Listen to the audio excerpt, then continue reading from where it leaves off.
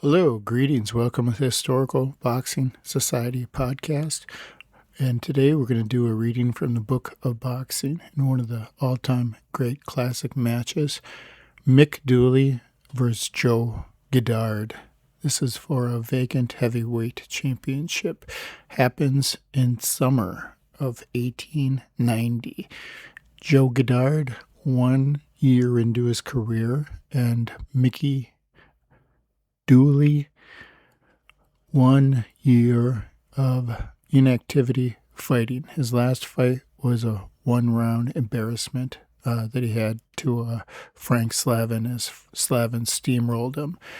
So we have the very same referee that was in that match is in the match with Joe Goddard, and he's going to play a big role in this match as he's letting Goddard just basically do almost next to nothing in the match without getting disqualified, which really works to the detriment of one Mick Dooley. This is also a match that Mick Dooley breaks his hand in, and this is doing a reading for this bout because this is one of the most superhuman efforts of all time that Dooley puts out trying to get through this match. It's 21 rounds of pure hell against, the most fearsome version of Goddard probably of his career because he's in shape. He's ready to go. He's at his youngest age, 1 year into his career. This was his biggest fight to date, his biggest money fight of his career. And not only that, but he's got the great boxing master Larry Foley in his corner. Dooley had spent an entire year in the year of 1889 practicing with the pupils. He was known very much like young Griffo as being one of the most clever people at judging distances. Pupils could take swings at him, and he would always get him to miss by, an inch or two because he was so good at judging distance. So he was a very clever heavyweight, as Larry Foley would call him, which is a pretty good compliment. Very difficult to hit. And here we have the classic matchup that Peter Jackson specifically referenced is he said that 1 ounce of brain is worth 10 pounds of brawn, the intelligent boxer is going to win every time. So here we have a match where we have the very clever Mick Dooley, 27 years of age, versus the still very young Joe Goddard at 32 years of age, 1 year into his career at his first big money match. And this is going to be one of the all-time classics as we do this reading here. I found an article that I liked the most as looking through a few of them. And this is a very spectacular, entertaining fight. So enjoy. This is Mick Dooley versus Joe Goddard, number 1, June of 1890. First, before we do it, I'm going to give you some predictions from some of these various people, celebrities, in the day before the fight. They're going to predict what they think is going to happen, and then we will find out what actually does happen. Okay, I'm going to read you a couple pages here, or a couple of paragraphs here from the referee. This is June 18th, 1890, just a few days before the fight's about to happen. What the sports world thinks. Larry Foley, listen to me now. Mick is as clever as they make him. But mind me what I'm telling you here. Goddard will win. Mickey's heart don't stand to him when he sees a big lump of a fighter in front of him. Ah, this chap, what you call him, from Broken Hill, is a red-hot one. He's what I call awkward clever. And the very look of him will frighten all the fight out of Mick Dooley. Why? God save me soul, Mick'll lose. 6-pound weight difference the night before the fight, fretting over it. He'll wake up with pain in his inside and a cramp in his legs, and he'll shiver and shake before the fight. Just awful. Who's this'll win surely? Back block Cove Goddard. So he's speaking pretty strange there, as you can see by the language. Owen Sullivan's take. Tell Mick to keep away from him when he's in the ring. The wide, big twirl swings. He'll go for it at him like a mad bull after a potent cowkeeper hit him on the butt. He's out for gore when he starts, and it ain't much of a picnic for the other chap. Mick must keep away for a few rounds and shoot his left doke mighty hard and mighty often to keep Goddard off of him. That was a pretty accurate take there. Charlie Dunn. Mick has a big contract on his hand. I hope he'll win, but I don't think he can get going quick enough for the big man rusher, and I fancy Goddard will jump on top of him and chop his ears off. All right, we like Charlie's take there. Dave Green. Mick Foley has a picnic in front of him. He's all too clever for a big chap like Goddard. A straight left hand, good shifty feet, in a good condition must beat a rusher like Goddard. But Mick will want to be real well, for Goddard strips and better nick quick any of the fighters I have seen. Yes, put a crown on Pool's Dooley for me this trip. So Dave Green's betting on Mick Dooley. Jim Fogarty. I fought them both, and I can tell you Dooley is clever enough and big enough to whip the barrier champion. But I'm doubtful about his heart, and only a game man can fight Goddard and win. Jack Fuller. Well, I don't know much about the big chap, but he looks rough enough and big enough to fight Patty Slavin. Still, he's got to get past Dooley's left hand before he can win, and that ain't an easy job in the world. Shadow Mobber. Goddard can't win if Dooley is a game and the big chap just rushes him. Dooley must meet him like a tiger and shoot his good left hand on him, all his weight and heart in it. Mick don't want to do any fooling, but he must just embrace himself for a fight, and he will chop lumps off the tornado. If Dooley had the heart of Owen Sullivan to back up his cleverness, I'd say Joe hadn't a 10-1 show of getting a big bite out of that purse. Next we have Peter Newton. Dooley will win. His left hand must block a rusher at any time. He must have shifty on his feet and not afraid to mix it up. His left hand must go hard and very often. Tom Taylor. Mick will cut him to pieces. Secretary Will Corbett. I don't know, and what's more, I don't care. All I know is that this has got to be a dead square mill, and the winner will get a very big purse. And finally, we have the prediction from the referee. This is pretty unusual. Sid Bloomfield. I hope it's a good mill. I like a fight with plenty of Vic in it. Goddard has all the look of a slugger all over. All I know is that we will get a fair deal at our club, and so will Dooley. The one that wants our purse has got to slug for it. And then Committee Man Bellino. I'm happy that it's to get a good fight with plenty of devil in it. The science against a bulldog pluck and strength always makes a willing go. You cannot dot me down for a front seat, and I will come by telegram. Okay, so now we're going to read the match.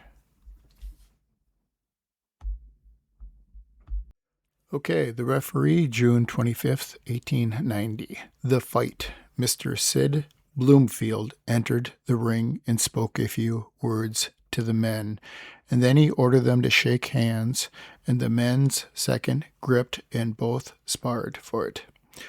Round 1. Goddard came out like from the hoodoo corner and squared like a man bent on business. Dooley looked nervous and fiddled, keeping his hands pretty high as if the nerves of a sudden attack on his jaw. Goddard was the first to lead. He sent his left out on a business expedition, but Dooley got back and planked his left lightly on the face twice. Then he went in neatly and put a good right on the ribs with his right hand. Goddard rushed and the men clinched, and they were hustled all over the ring. Very little harm was done when the tub was struck, which announced the corners. Round 2. Dooley came out of his corner full of confidence, and he went straight at Joe Goddard. Goddard looked worried. The big fella let go his left, and Dooley tapped it quietly on one side as if he had a schoolboy's strength, and then hanged him hard on the mouth with a nice straight left. Goddard rushed and tried to chop his man down. A quick sidestep put Mick out of danger, and he got a pretty left swing home on the throat of Joe Goddard. Goddard went at him with a whirlwind rush, but could do no damage as he kept missing Mick Dooley. This seemed to startle the barrier champion, and corners were called as cheers rang out in the air for the one Joe Goddard. So the audience loves the rushing, exciting fighter. Round 3. This was a quiet round. Dooley looked confident, but Goddard was feeling his way. He made 1 or 2 rushes, but Dooley ducked and clinched. No damage was done so far. Okay, round 4. This was an eye-opener for all present, for Goddard began to show his hand. He set sail at the Sydney man and let go at both a left and a right in windmill fashion and drove his opponent in front of him like a child. Dooley, at last, stemmed the human tide by shooting his left hand on the mouth, drying blood in a little torrent. This he repeated 3 times in rapid succession. At last, Goddard got in, and his hands went like a flail in the hands of a sturdy reaper, and he literally poured down a torrent of blows on Dooley's head and body. It was not a nice time for Mick, and he did not seem sorrowful when the corners were called. So that's Goddard just unleashing fury upon him. Round 5. Goddard rushed and let go his left in a swinging undercut for the win. Dooley dodged the offered favor and swung his left on Goddard's jaw. This riled the big fella up, and he put in his tornado act once more, hurling Dooley from one side of the ring to the other like a child, pushing him in wrestling tactic moves. Then he got into close quarters, and his right and left fell on Mick's head, shoulders, ribs, and chest, and leaves falls as leaves fall in the autumn when a squall blows up. At last he broke away and got in 3 nice stabs in the face, but they did not seem to have enough power to check the barrier champion. In this round, Goddard made use of several ill-advised expressions to his opponent, which was hooted by the audience voraciously. Dooley only laughed as corners were called and put in a couple of pretty left stabs on the body. So at this point, it does not quite catch up to Dooley, but it will, as Goddard is using extreme roughhouse tactics, which you would expect. Goddard went from his corner with a whirlwind bound, but Dooley steadied himself with a dandy lift. Goddard put all his power in his swinging right. Dooley stepped back, and the big fella went down with the impetuous momentum of his own blow. Goddard got back up. Then Dooley got in a nice left hook on the jaw and tried for the same spot with his right hand, but was a hair breadth too short. Goddard rushed, and once more he got on all parts of Dooley, but he did not seem to do it with any particular damage except that his great strength in clinches played havoc with Dooley. The Sydney man jabbed him twice in the face severely and took a lot of the devil out of Joe Goddard. So just literally a science versus brawn. Round 7, rather tame. All the distance, Dooley was playing a waiting game, and Goddard did not seem like rushing. He had found Mick's left hand a hard member to bump against. Once or twice, Dooley got home a left on the mouth, and now he seemed to be gaining confidence as the fight was progressing. So we have Goddard really slowing down. Round 8. Dooley was the first to exchange compliments. He shot 2 splendid hard lefts on the dial and dodged the return. But getting too close, he caught a nasty one right on the ribs that made him flinch. Then the Silverfield warrior went for him with blood in his eyes. And again things looked awful for Dooley. But he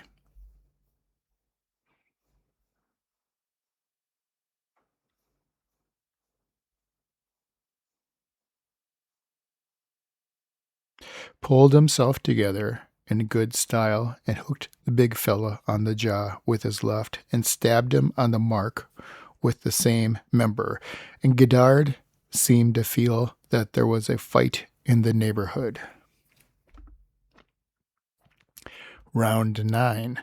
This round was all Goddard's. He got his right on the ribs heavily. Dooley fiddled a little bit and then let go his right on the same spot, but it seemed to carry no weight. Then Goddard banged a heavy right on the ribs, and rushing Dooley, he repeated the visitation a couple of times. Then he let go his right for the jaw, but Dooley ducked it easily. So in that match, or that round, they state that Dooley has no steam in his punch there, so his hand might be broken at this point in round 9. As that's the first mention that they have of it, and it will be mentioned again. So I think no, it was Dooley's left hand that got broke. So listen for it coming up here. This time, the complex on the game took a clear turn. This is round 10. As Goddard rushed, Dooley avoided neatly the big fella's rushes once again. Dooley nearly shook his head off with a left on the eyebrow.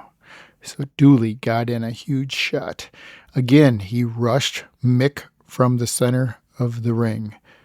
And again, his head was blocked by a sharp left jab, yet he came more and got it again. His left eye began to look on the dark side of life, for it was about to close, and yet he dashed in for punishment once more, and he did not look like a number 1 angel either. And Dooley's stock went up in leaps and bounds, for it looked as if he had got the rusher's measurements down. In vain, Goddard hurled his big bulk of his body on a slim-looking adversary. The left hand, true and clean, blocked the way as corners rang out with long odds on Dooley. So that's, again, another stage where Goddard launches his body at Dooley as a weapon, just charging him. It's very unorthodox. Round 11. This round brought another surprise, for as Goddard bound forward carrying his battering fists, visage on the slaughter, Dooley seemed weakened, and he was plainly on the corner of Queer Street. That's not a corner you don't want to be on. There was a splendid rally, a wild slugging match, and out of the clinch which ensued, Dooley was met with a right glove hanging off. The referee pulled it back on, and the slugging went on at its peaceful way. Goddard made to pace, and Dooley went down from a savage sort of hustle that Goddard made, throwing his body at him. So this is Dooley just falling to the ground, one of going to be many. Dooley goes down about at least minimum 12 times. After he had taken his 10 seconds, Goddard once more set sail at him, and the floor seemed the safest place for Mick, who seemed to be weakening very fast. So this is round 12 of 21. Goddard was out for gore. Goddard was out for gore, and nothing less would satisfy him. He had a taste for blood. He fairly rushed over to meet his man, and getting home a heavy blow on his left on the stomach, he lifted Mick clean off his feet. Mick took 10 seconds. Sadly, Dooley stalled off a couple of rushes by shooting the left hand straight and hard on the dial, and was bustling clean off his pins by another cyclone rush from the big fella. So a lot of these sound like Goddard just doing London prize rules a little bit on Mick Dooley here. It certainly seems that way. Dooley, this is round 13. Dooley led sharply with a left. Goddard ducked, and catching Dooley on his hip, sent him down with a hip blow. The spectators yelled, "Foul! For God's sake, stop Joe Goddard." The referee ordered them to fight on. Right there, you hear that? That's an ambulance coming for Dooley. The referee ordered them to fight on, and they went at it merrily for a few seconds, and both seemed real glad for a spell to spar towards the finish. So they were very happy that the round ended because they're getting tired. Round 14. Once more, the big fella bound on the top of Mick's head, and the joy of the moment was not for the Sydney man, but then of a red hot rally, and he came back in step and drove the rusher's head half off with a beautiful left hand on the fro. Again and again, the tornado in tights rushed and banged and hustled his powerful frame. The left hand stopped him, and his face began to look as if it had been representing a family at a first-class wake in a broken bottle district.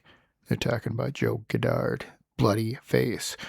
But he would not be denied, and going for mere blood was what he wanted. He sent Dooley down in his own corner.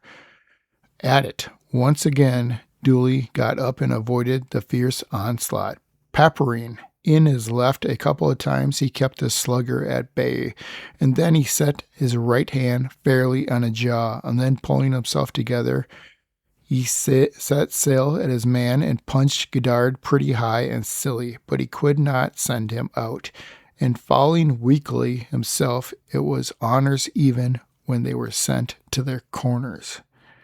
So Dooley coming back to redeem himself in just a tough match, as Goddard is looking a little tired there.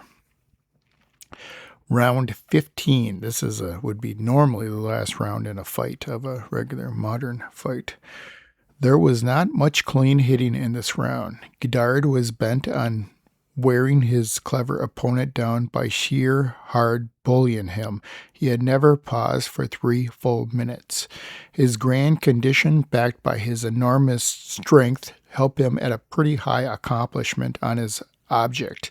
He could never seem to tired, and Dooley could not keep him out the way, for he had turned the Sydney lad about in considerable clinches and shown that he was a good natural wrestler. His tactics did not meet the approval of the audience, who was voraciously pissed off at Joe Goddard and yelled at him with hisses to fight and not wrestle. The referee was howled at and interfered with. This sort of thing played havoc with Dooley, and he went to his corner in a very weak and faint state from all the wrestling that was being done to him, as Goddard outweighed him by a considerable amount. Round 16.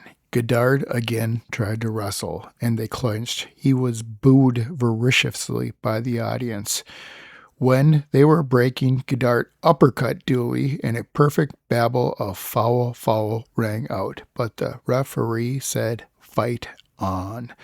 There was another rush and a good rally with Mick Dooley scoring well. Then another clinch, and Goddard again got booted for foul hitting. Dooley appealing to the referee in his seconds, and the whole audience joining in with the chorus as Dooley was staring down the referee. Dooley got wild in his madness and put in a pretty good amount of fighting, getting all over Goddard and leaving lumps on nearly every part of Joe Goddard's anatomy. But he died away before the other fellow's strength and went down with a bang on the side of his head just as corners were called. So what happened there is Dooley got too close to Goddard, trying to give him a little taste of medicine, and Goddard sent him down just as the corners were called. So that's Dooley down for at least the fifth or sixth time. Round 17. Goddard looked very tired and a bit of sick from the eviscerating left stabs he had been getting on his face. But he was hell-bent on war, and a more ruthless warrior never existed, for Goddard was a ring gladiator in this sense, and he rushed across the ring at Mick Dooley in a gladiator fashion. Dooley was hustled off his feet by the cyclone rush, and the referee refused to allow him to take his 10 seconds, alleging that he was pushed down and not hit with a punch, and Mick Dooley was pissed off severely at this indulgence done by the referee, Sid. Goddard found he was breaking his man up and gave him no peace as he rushed him again. He kept on top of him all the time as Mick Dooley looked severely worried. Dooley stabbed him 3 times nicely, but could not force him back, and things looked dark for the Sydney lad as he went to his corner. This is severely London prize rules by Joe Goddard here. He should have been fouled multiple times in the match. Obviously, the referee's never going to foul him out at this point. Round 18. The barrier champ went for keeps and kept Dooley in his corner. He tried the LeBlanc swing on Mick Dooley, but was he clever enough to avoid it? No, he was not. Goddard dropped Dooley with it. The Sydney man got up and he was bleeding badly from a cut over the brow as the result of the illegal Goddard LeBlanc swing. The rest of the round was filled in with Goddard rushing and Dooley slipping quickly out of the way, bleeding very badly. It looked as if the beginning of the end was about to set in for one Mick Dooley, who looked nervous walking to his corner. Round 19. This round was a bit of a surprise. Goddard guessed he had won the match, and he set sail on his man, but Dooley went for him and punched him fairly silly. Frantic cheers rang out as Goddard reeled from the punishment being delivered out by Mick Dooley. From the onslaught, dead to the world, Dooley was coming back, but Dooley was so weak he could hardly stand in his tracks. And then Goddard flung himself on top of his foe, though he was so stupefied that he could not plant a blow. Yet his weight was told as Dooley fell from no punch being thrown. So that right there is telling you that Goddard's just literally charging Dooley. He's doing football moves on him. And the referee again ordered him to fight on as they rose and fought, but it was a severe and disheveled look on Dooley, and not a blow that gassed him. A tell of disapproval greeted the decision, but Dooley staggered up and was pushed down as the gong sounded. So Goddard just pushes him down to last time. I mean, this is ridiculous. The amount of punishment that they're trying to allow Dooley to be inflicted with. This is ridiculous. Round 20. This round saw both men fighting for a finish, but Goddard got a real hard time for the first minute and a half. After that, it was a bit of a scramble. So the beginning, first and a half of the round belonged to Mick Dooley, actually.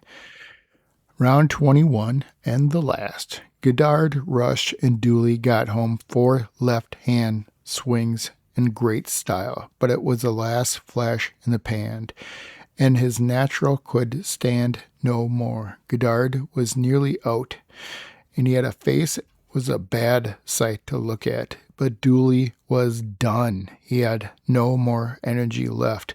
A few seconds before the call of corners, and Dooley dropped from exhaustion in his corner. A beat man, not from a punch, landed, and his seconds threw in the sponge. During the battle, the spectators became frantic with excitement at times, and the cheers and counter and cheers rang out that were startling a decomposed donkey in a dead house. But there was no vice in it, no undue, particularly for a man more than the other, and the winner was instantly fairly treated, and the loser was all but discarded through the contest. Both had their friends and admirers in the hall, and they seemed their feelings undistinguished, but it did not in any way affect the combat. Both of them got a fair, even deal from those concerned. As a matter of fact, a few gentlemanly, well-behaved, honorable set out in those assembled in the club last night to witness the greatest contest ever assembled in the building for any purpose in any part of the whole wide world. They were credited to the great Australian fighters, and their conduct goes to show that the world that is in Australia is a man can come and get a fair, level deal, and if he can win upon his merits, no power on earth can rob him of a well-earned victory. Among the motley crew were a young man and an old gray-haired grandees man who were witnessing their first fight. The men who stood upon the historic fields of Ferndale watched the gallant do battle like mighty gladiators with the gigantic Heenan and religion.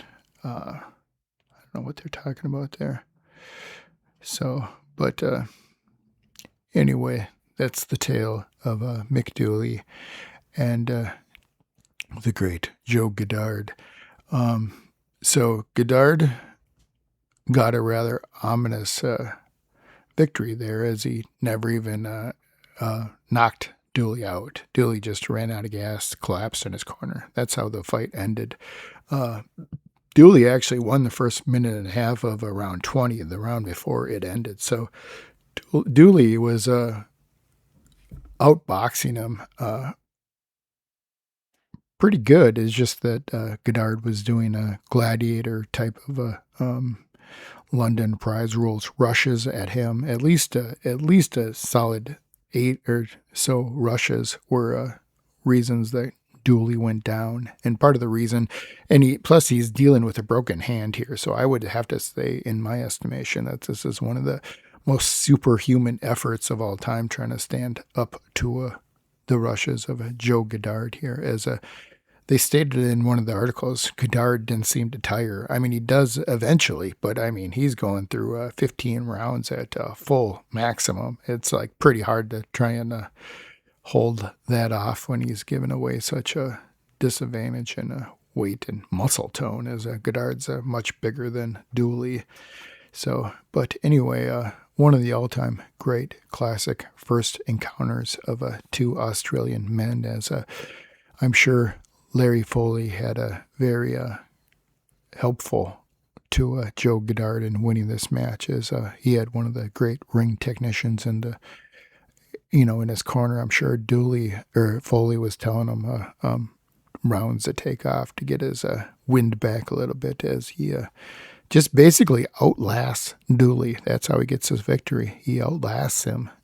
That's how the fight ends, with Dooley collapsing from exhaustion. So One of the all-time great classic ring battles, Mick Dooley and Joe Goddard, number 1, June 1890. Thanks for listening. Give a like and please subscribe to the channel.